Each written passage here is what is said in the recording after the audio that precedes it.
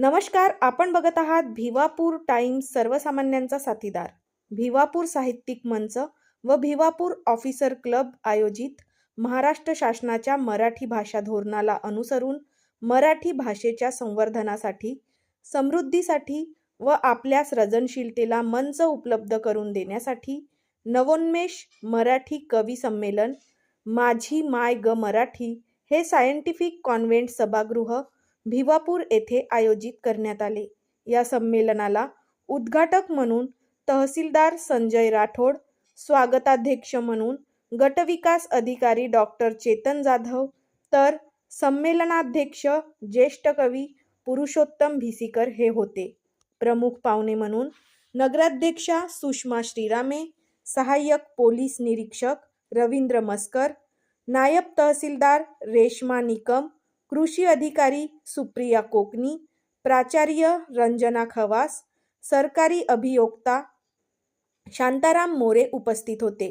संमेलनाला भिवापूर तालुक्यातील विविध शासकीय विभागातील अधिकारी, कर्मचारी, शिक्षक तसेच नवोदित कवी अशा 45 कवींनी सहभाग घेतला.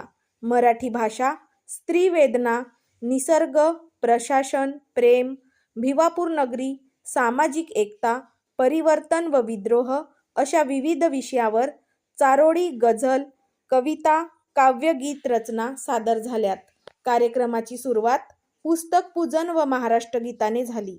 संमेलन अध्यक्ष भिसीकर यांनी भिवापूर साहित्य मंच मार्फत असाच दरवर्षी कवी संमेलन आयोजित करून साहित्यिक चळवळ गतिमान करण्यासाठी शासकीय विभागातील साहित्यिक, अधिकारी, कर्मचारी यांनी भरीव योगदान द्यावे असे मत मांडले. उद्घाटन सत्र संचालन साबीर पटेल व कवी संमेलन सूत्रसंचालन मंगेश जनबंधू व घनश्याम बनसोड यांनी केले.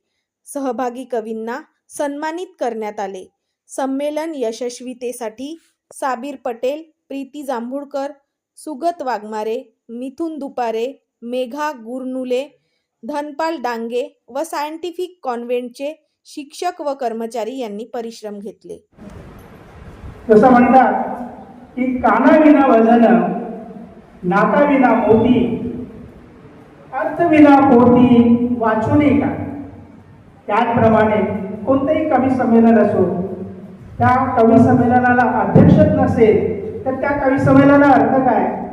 म्हणून या संमेलनाचं अध्यक्षस्थान सन्मानित ज्येष्ठ कवी, साहित्यिक, पत्रकार आणि गुरुवर्य सन्माननीय पुरुषोत्तम भिसीकर सर यांनी स्वीकारावं अशी मी त्यांना विनंती करतो. तालुक्यातील महत्त्वाच्या माहितीसाठी आजच आपल्या चॅनलला सबस्क्राईब करा. धन्यवाद.